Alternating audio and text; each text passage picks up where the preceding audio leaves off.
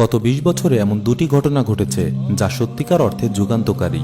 একটি হচ্ছে করোনা ভাইরাসের বৈশ্বিক মহামারী, যা এখনও চলমান। অন্য ঘটনাটি হল ২০০১ সালের ১১ই সেপ্টেম্বরের হামলা। এই হামলার প্রতিক্রিয়ায় George Bush war on terror বা সন্ত্রাসের বিরুদ্ধে যুদ্ধের ঘোষণা দেয়। Every nation in every region now has a decision to make. Either you are with us or you are with the terrorists. পরবর্তী ২ দশক জুড়ে বৈশ্বিক ও আঞ্চলিক পর্যায়ে সুদূর প্রসারী প্রভাব বিস্তার করে এই যুদ্ধ।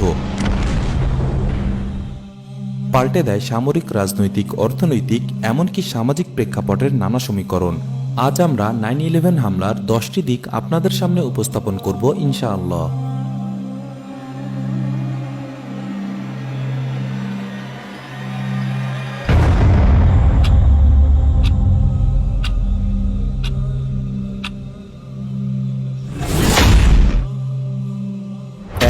ক্রিয়া নয়, প্রতিক্রিয়া।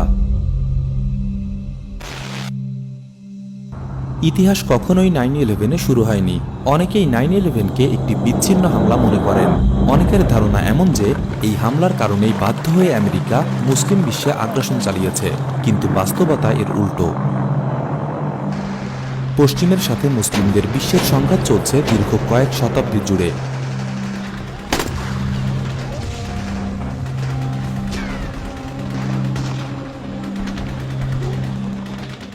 1917 সালে ব্যালফোর ঘোষণার মাধ্যমে ইসরায়েল রাষ্ট্র প্রতিষ্ঠার পায়তারা এবং 1924 সালে খিলাফতের পতনের পর শুরু হয় পশ্চিমের সাথে মুসলিমদের সংঘাতের এক নতুন অধ্যায়। 9/11 এই সংঘাতেরই একটি অংশ মাত্র। ঔপনিবেশিক যুগে মুসলিম ভূখণ্ডগুলো থেকে ইসলামী শাসন অপসারণ করে পশ্চিমা শক্তিগুলো, স্থাপন করে মানবরচিত আইনের ধর্মনিরপেক্ষ শাসন। দ্বিতীয় বিশ্বযুদ্ধের পর শেষ হয় সামরিক দখলদারিত্বের যুগ। পশ্চিমা হানাদাররা তাদের ঘরে ফিরে যায়, কিন্তু যাবার আগে শাসন ব্যবস্থার নিয়ন্ত্রণ দিয়ে যায় তাদের অনুগত লোকদের হাতে। মুসলিম বিশ্ব জুড়ে বিভিন্ন অত্যাচারী সরকারকে সহায়তা দিয়ে যায় পশ্চিমা বিশ্ব, যাতে মুসলিমদের সম্পদের উপর নিয়ন্ত্রণ বজায় রাখা এবং যে কোনো মূল্যে ঠেকানো যায় ইসলামী শাসনের উত্থান। সেই সাথে সামরিক, রাজনৈতিক এবং অর্থনৈতিক সব রকম সহায়তা দিয়ে মধ্যপ্রাচ্যে গড়ে তোলা হয় জায়নিস্ট রাষ্ট্র ইসরায়েল।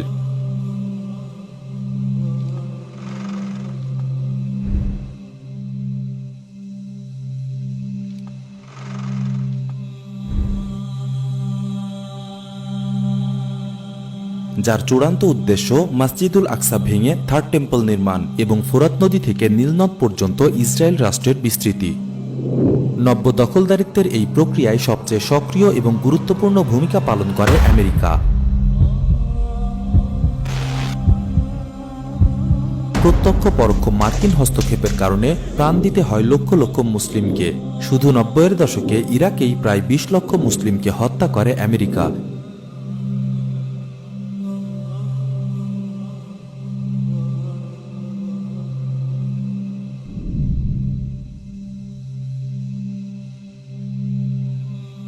যার মধ্যে 5 লক্ষ ছিল মুসলিম শিশু। We have heard that 500,000 children have died. I mean, that's more children than died in Hiroshima. And you know, is the price worth it? I think this is a very hard choice, but we think the price is worth it.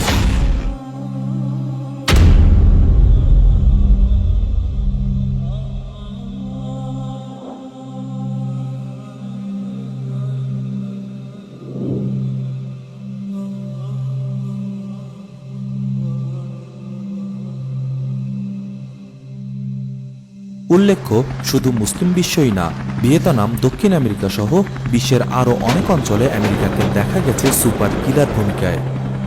আল কায়দা সহ বিভিন্ন ইসলামী দল আমেরিকাকে চিহ্নিত করে Israel এবং মুসলিম বিশ্বের দালাল শাসকদের পেছনে মূল শক্তি এবং মুসলিম উম্মার প্রধান শত্রু হিসাবে।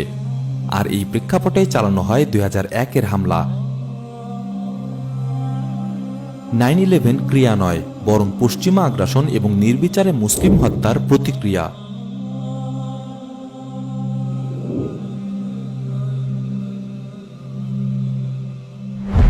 ইসলামের বিরুদ্ধে যুদ্ধ।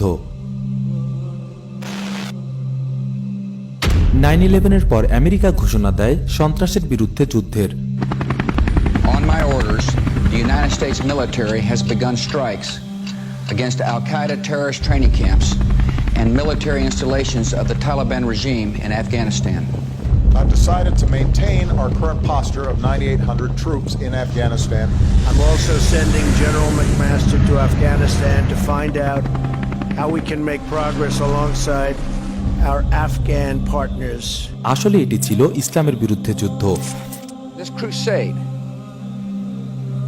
this war on terrorism, is going to take a while. বহু বছর আগে থেকেই এই যুদ্ধ চালিয়ে আসছিল আমেরিকা, কিন্তু এই হামলার ফলে আমেরিকা বাধ্য হয় নিজেদের আসল চেহারা প্রকাশ করতে। মিথ্যা অভিযোগ আর বানোয়াট তথ্য সাজিয়ে 2003-এ আমেরিকা হামলা করে ইরাকে। আরও স্পষ্ট হয়ে ওঠে আমেরিকার যুদ্ধবার চেহারা। সন্ত্রাস দমনের নামে ইসলামের বিধিবিধানকে সন্ত্রাস নাম দেয় আমেরিকা এবং তার মিত্ররা। বন্দী মুসলিম নারী ও পুরুষদের উপর চালানো হয় পৈশাচিক নির্যাতন।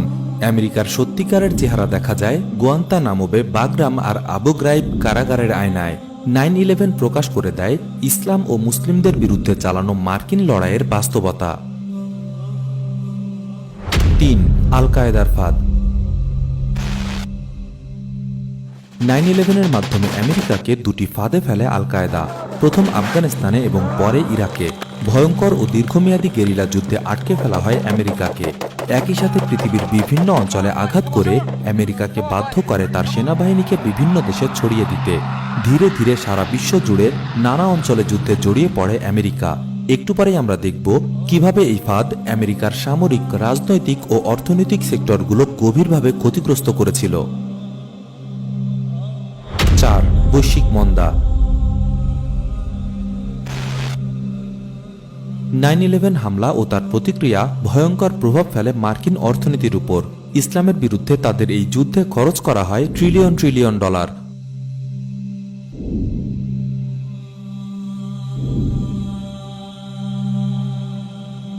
অন্যদিকে ক্ষমতাসীনদের সাথে যোগসাজশে ওয়াল স্ট্রিট থেকে হাজার হাজার কোটি টাকা হাতিয়ে নেয় রাঘব বোয়ালেরা। ফাঁপা হয়ে আসে মার্কিন অর্থনীতি। ফলে 2007-08-এ দেখা দেয় মন্দা, যা একসময় বৈশ্বিক মন্দায় পরিণত হয়। এই মন্দায় দুর্বল হয়ে ওঠে মার্কিন অর্থনীতি। ব্যাপকভাবে ক্ষতিগ্রস্ত হয় আমেরিকান মধ্যবিত্তরা। বাড়তে থাকে মার্কিন অর্থনীতির ভারসাম্যহীনতা। 9/11 হামলায় আল কায়েদার খরচ হয়েছিল $5 লক্ষ মতো। অন্যদিকে আমেরিকার ক্ষতি হয় ট্রিলিয়ন ডলারেরও বেশি। বৈশ্বিক মন্দার প্রভাব এখনও কাটিয়ে উঠতে পারেনি মার্কিন মধ্যবিত্ত শ্রেণী। 5. এককেন্দ্রিক থেকে বহুকেন্দ্রিক বিশ্ব ব্যবস্থা। যুদ্ধব্যস্ত আমেরিকার সাথে অর্থনৈতিকভাবে পাল্লা দিতে শুরু করে চীন। মার্কিন ভোক্তা থেকে শুরু করে মার্কিন শিল্পগুলো নির্ভরশীল হয়ে ওঠে চীনের কাঁচামাল ও কারখানাগুলোর উপর। ধীরে ধীরে আঞ্চলিক এবং আন্তর্জাতিক পর্যায়ে প্রভাব বিস্তার করতে শুরু করে চীন। নতুন করে নিজেদের অবস্থানকে শক্তিশালী করতে শুরু করে রাশিয়াও। গত 10 বছরে মাথাচাড়া দিতে শুরু করে আরও বিভিন্ন আঞ্চলিক শক্তি। ইউনিপোলার বা এককেন্দ্রিক বিশ্ব থেকে ধীরে ধীরে পরিবর্তন শুরু হয় মাল্টিপোলার বা বহুকেন্দ্রিক বিশ্ব ব্যবস্থার দিকে। সন্ত্রাসের বিরুদ্ধে যুদ্ধে মনোযোগ দিতে গিয়ে বিশ্ব ব্যবস্থার উপর একাধিপত্য হারায় আমেরিকা।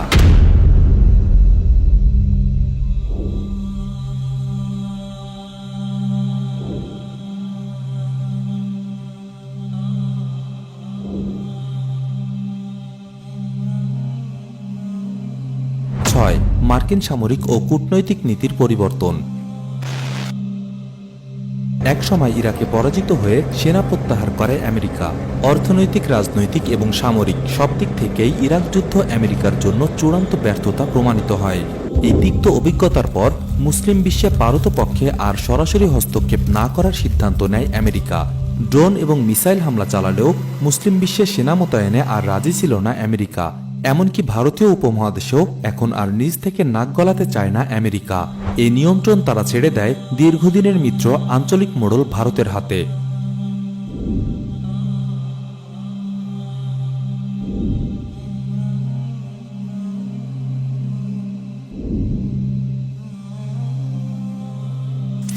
অর্থাৎ 9/11 ও পরবর্তী যুদ্ধের প্রভাবে বিশ্বজুড়ে আমেরিকার সক্রিয় ও দীর্ঘমেয়াদী সামরিক হস্তক্ষেপের সক্ষমতা নষ্ট হয়ে যায়। এককালের সুপার পাওয়ার পরিণত হয় অতীতের ছায়াতে। 7. মার্কিন ভাবমূর্তির পতন। 9/11-এর আরেকটি গুরুত্বপূর্ণ প্রভাব হল মার্কিন ভাবমূর্তির পতন। মিডিয়ার মায়াজালে আমেরিকার একটি অজেয় ভাবমূর্তি তৈরি হয়েছিল। গত 2 দশকে তা গুড়িয়ে গেছে। একসময় হলিউডের রূপালী পর্দায় নিজেকে হিরো হিসাবে উপস্থাপন করা আমেরিকা আজ বিশ্বের চোখে ভিলেন। 2020-এ করোনা ভাইরাস মোকাবেলায় ব্যর্থতা, 2021-এর জানুয়ারিতে মার্কিন কংগ্রেসে জনগণের হামলা এবং সবশেষ আফগানিস্তানে লজ্জাজনক পরাজয়ের পর আমেরিকার নাগরিক এবং মিত্ররাও মার্কিন রাষ্ট্রযন্ত্রের উপর ভরসা হারিয়ে ফেলেছে। 8. 9/11 হামলার লক্ষ্য। 9/11-এর অপারেশন নিছক আঘাতের বদলা পাল্টা আঘাত ছিল না, বরং এই অপারেশন ছিল সুপার পাওয়ার আমেরিকাকে নিঃস্ব করে দেওয়ার এক দীর্ঘমেয়াদী গেরিলা যুদ্ধের সূচনা মাত্র।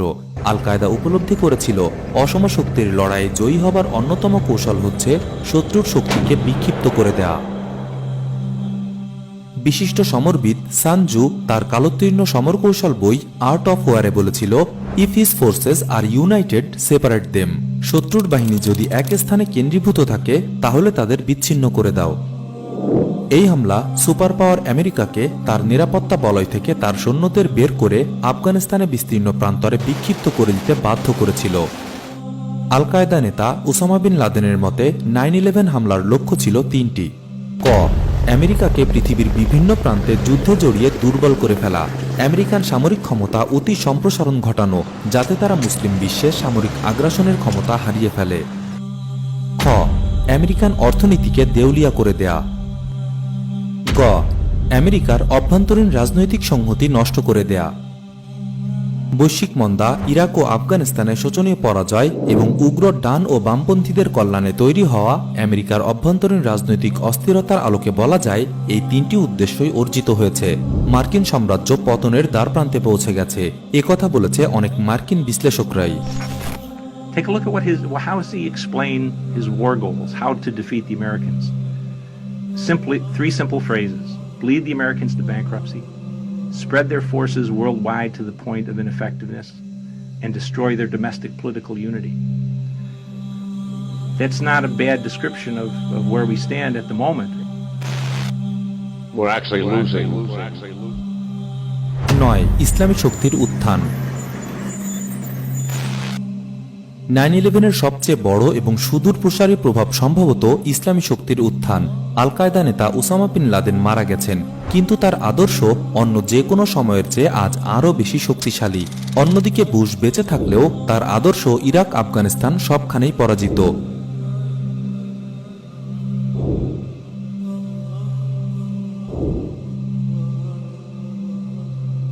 9/11-এর পর ইরাক ও আফগানিস্তান দুটি ভূখণ্ডে পরাজিত হয়ে আমেরিকা পিছু হটেছে। আমেরিকার আন্তর্জাতিক সাম্রাজ্য ছোট হয়ে এসেছে। আমেরিকাকে পরাজিত করার পর আফগানিস্তানে প্রতিষ্ঠিত হয়েছে ইসলামী ইমারত, ইনশাআল্লাহ যা হতে পারে আগামী দিনের ইসলামী খিলাফা প্রতিষ্ঠার প্রথম ধাপ। 10. ফলাফল। 9/11-এর 20 বছর পর দেখা যাক এই ঘটনার দুই পক্ষের অবস্থান। আমেরিকা আগের চেয়ে দুর্বল, অপরদিকে আল কায়দা আগের চেয়ে শক্তিশালী।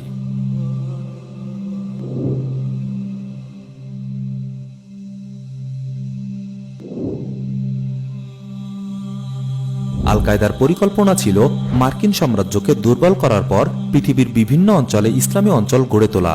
তাদের মিত্র তালেবান ইতিমধ্যে আফগানিস্তানে ইসলামী ইমারত প্রতিষ্ঠা করেছে। সোমালিয়া, ইয়েমেন এবং সাহারা অঞ্চলেও ইসলামী অঞ্চল প্রতিষ্ঠার লড়াই চালিয়ে যাচ্ছে আল কায়দার বিভিন্ন শাখা। আল কায়দার মাস্টার প্ল্যান অনুযায়ী আফগানিস্তানের ইসলামী ইমারত হবে আগামী দিনের ইসলামী খিলাফতের নিউক্লিয়াস। অন্যান্য অঞ্চলে মুজাহিদিনের হাতে ইসলামী অঞ্চল গড়ে উঠলে একসময় তা একত্রিত হয়ে রূপ নিতে পারে ইসলামী খেলাফতে। আল কায়দার পরিকল্পনার প্রথম ধাপ বাস্তবায়ন হয়েছে। পরের ধাপে বিশ্ববাসীর জন্য কি চমক অপেক্ষা করছে সময় তা বলে দেবে। তবে এটুকু নিশ্চিত, 9/11 হামলা উদ্দেশ্য বাস্তবায়নে সফল হয়েছে।